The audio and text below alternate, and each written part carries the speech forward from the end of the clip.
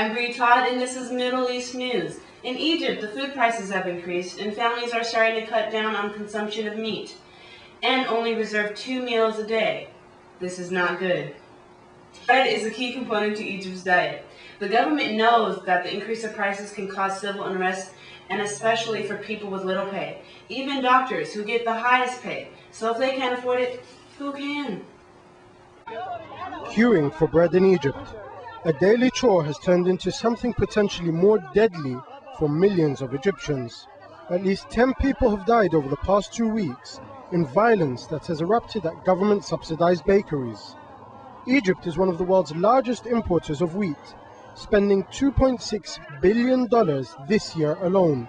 But with soaring food prices globally and no end in sight, it has driven many to the brink of starvation. People are feeling the squeeze of limited supply, but ever-increasing demand. People are fighting, killing for bread. Some are pulling out knives. What is happening? What is this? Famine? I've been standing here from 7 in the morning. It's now 2 p.m. and I can't even get hold of 1 loaf of bread. I've got 5 children. Do I now have to bribe someone to get 1 loaf of bread? This is just the latest episode in a series of crises facing the government. Water shortages, rising house prices, and unprecedented unemployment figures. The poor say the government is failing the country and has called on the military to intervene. The army's the only one capable to plant the people's wheat. We want the government to distribute the wheat fairly amongst the poor. Whether or not that is the answer to this problem, with millions of Egyptians struggling to make ends meet, the most immediate question they want answered is, when will it all end? Jamal Al-Shayal, Al Jazeera. So Egypt being one of the poorest countries and going through a famine right now, I could understand why even the middle class and the poor class would even riot, because they don't have bread on the table. Yeah, and if you need bread and meat in your everyday diet and you can't afford it, then you're going to have problems, and 2 meals is not enough to sustain a normal diet. Yeah, and I find it sad that they have to cut back on 2 meals and conserve on meat, because meat is a very key component to your diet, and so is bread. So if you can't afford bread and you don't have meat, then what do you have? Yeah, and in the markets, women are fighting over just little flat pieces of bread. I mean, it's not a lot, but they're just fighting over it.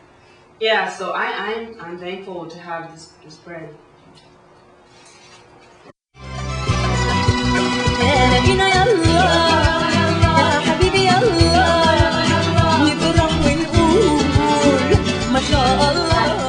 Keren on Middle East News. The conflict within Israel between the Israelis and the Palestinians continues. On March 6, 2008, a Palestinian gunman entered the Merkav Harav Seminary, an all-boys Jewish religious school in Jerusalem, killed 8 students and wounded 9. He entered the cafeteria where about 80 students were gathered and fired an AK-47 rifle for several minutes. The assailant was shot dead by an off-duty Israeli army officer who had gone to school after hearing gunfire. A witness says, "When we got in, we saw young, 15, 16-year-old guys lying on the floor with their Bibles in their hands, all dead." Hamas spokeswoman Sami Abu Zari said Hamas, quote, "blesses the heroic operation in Jerusalem," end quote, carried out by a previously unknown Hezbollah group called Halil Freedom Battalions, the martyrs of Iman Mugniyeh and Gaza.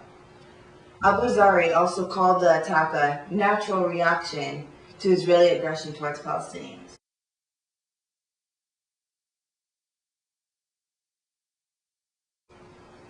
That statement made by Sami Abu Zari is unfair, because war is between soldiers and soldiers, not between civilians and civilians. So having an attacker come into a school with innocent schoolboys and killing 8 of them with a rifle is not a natural reaction. That's just using the power to kill. It's a hate crime.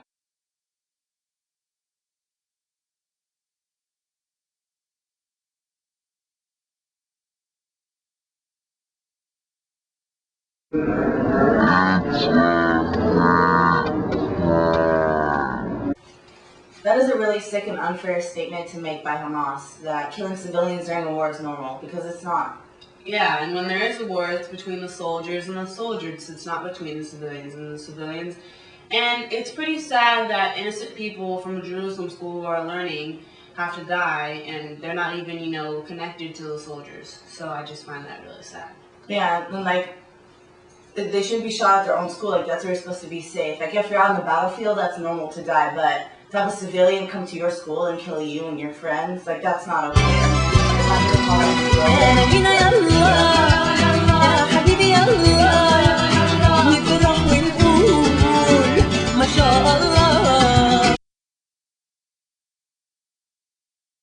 Hi, this is Karen again on Middle East News. On May 19th, the leader of Al-Qaeda, Ahmed Ali Ahmed, was sentenced to death for the murder of Archbishop Paulus Faraj Raho, age 65. In February, the Archbishop was kidnapped, and his driver and 2 bodyguards were killed right on the spot.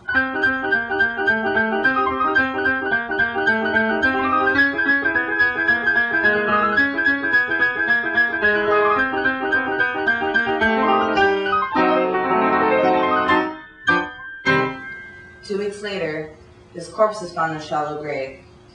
Apparently, kidnappings and attacks on the Chaldeans in Iraq are very common. The Sunni and Shia groups are mostly responsible for these hate crimes.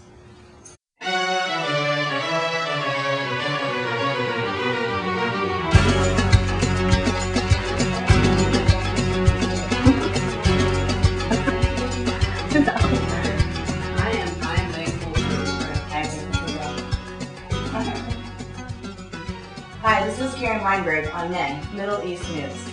The conflict within Israel between the Israelis and the Palestinians continues. On March 6th, the Palestinian gunmen entered the Merkab Haraf Seminary in All Joys. What am I saying? This is a videotape. And all boys students were gathered and fired an AK-47 rifle. The conflict. Oh, I forgot to say